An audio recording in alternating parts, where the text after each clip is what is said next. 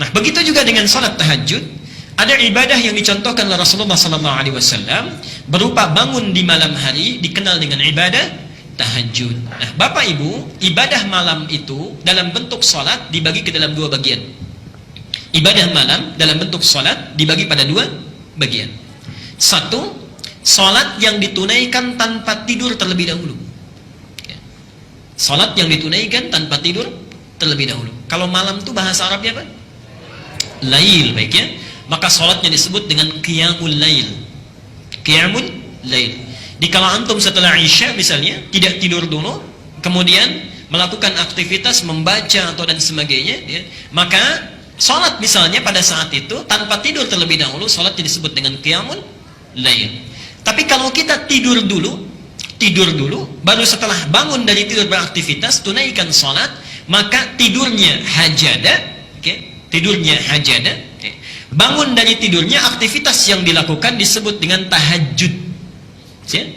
Di salat tahajud itu, salat yang dilakukan di pertengahan malam atau sepertiganya setelah kita tidur terlebih dahulu. Jelas sampai sini? Baik. Apa keutamaan menunaikan salat tahajud ini? Mari kita lihat pelan-pelan. Pertama dibuka surah Al-Muzammil, surah keberapa? 73, keempatnya 74-nya Al-Mudaththir, 73 Al-Muzammil, 75-nya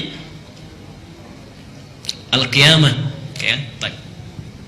Ya ayyuhal muzammil qumil laila inna qalila. Lihat ayat yang ke-6-nya. Allah berfirman di situ, keutamaan salat tahajud, salat yang dilakukan di malam hari. Inna nasyi'atal laili hiya asyaddu wat'aw wa aqwamu qila. Kalau kita tunaikan salat di malam hari, misal terutama tahajud, walaupun hanya 2 rakaat saja, 4 rakaat saja misalnya, atau 6 rakaat saja, atau nanti kita lihat sunnah Nabi antara 11 sampai 13 rakaat, maka salat yang kita tunaikan akan jauh lebih khusyuk dibandingkan salat yang ditunaikan di siang hari. Saya ulangi ya. Kita teruskan dulu. Jadi itu alasan yang pertama kenapa bangun di malam hari, hati lebih khusyuk. Kalau sudah khusyuk, dekat dengan Allah. Kalau sudah dekat dengan Allah, berdoa pun meminta cepat dijawab. Ya. Jadi kalau antum bangun malam, ini kaitannya. Kata Allah lebih khusyuk bangunnya. Kalau sudah khusyuk, hati lebih dekat dengan Allah. Kalau sudah dekat dengan Allah, minta apapun pasti diberi. Sepanjang baik permintaannya. Kedua, kita teruskan. Keutamaan bangun di malam hari, ibadah tahajud, kata Al-Quran, itu memiliki 4 keutamaan. Tambahan yang tadi. Memiliki 4 keutamaan lain, yang tidak akan pernah diberikan kepada orang yang tidak tahajud, bahkan sekhusyuk apapun sholat yang lainnya. Misal, antum sholat fardunya khusyuk luar biasa, tapi nggak tahajud, nggak akan dapat yang 4 ini. Okay. Apa itu? Dibuka di surat Al-Isra, surah ke-17 ayat 79 sampai dengan 81. Mari kita lihat surahnya. Wa minal laili fatahajjad bihi nafilatan laka. Pengantarnya ini, perhatikan Bu ya, Pak. Ayat 79 ini dipisahkan ketentuannya dengan ayat 78. Di ayat 78 tentang salat wajib, kemudian 79 tentang salat tahajud. Tapi uniknya Allah hanya menerangkan 4 keutamaan untuk salat tahajud, 78-nya nggak disebut. Ya. Kita lihat ya, aqimis salata liduluki syamsi ila ghasaqil laili wa qur'anal fajri. Inna qur'anal fajri kana mashhuda. Itu salat yang wajib 5 waktu. Ya. Tidak dijelaskan keutamaannya, nanti dirinci di hadis.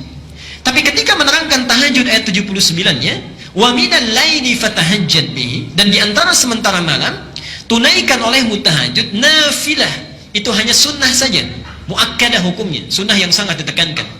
Tapi ibadah nafilah ini, subhanallah, tidak didiamkan oleh Allah, langsung dilengkapi ayatnya. 1, asa an yab'atsaka rabbuka maqaman mahmuda. Siapapun yang menunaikan tahajud dengan baik, maka Allah akan mengangkat derajatnya, mengangkat karirnya, ditempatkan di tempat yang terbaik dan mulia.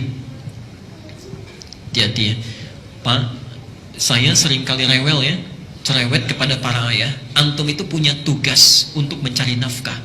Allah sudah berjanji di ayat ini, kalau antum tidak tinggalkan tahajud, tunaikan dengan baik, itu karir pekerjaan kita akan dimudahkan. Itu sudah janji Allah. Sudah janji Allah. Antum jangan lihat para sahabat Nabi itu bukan semuanya jadi ustadz, tidak. Banyak di antara mereka yang pebisnis. Abu Bakar misalnya seorang diplomat yang sangat ulung di samping seorang pebisnis. Utsman bin Affan seorang pedagang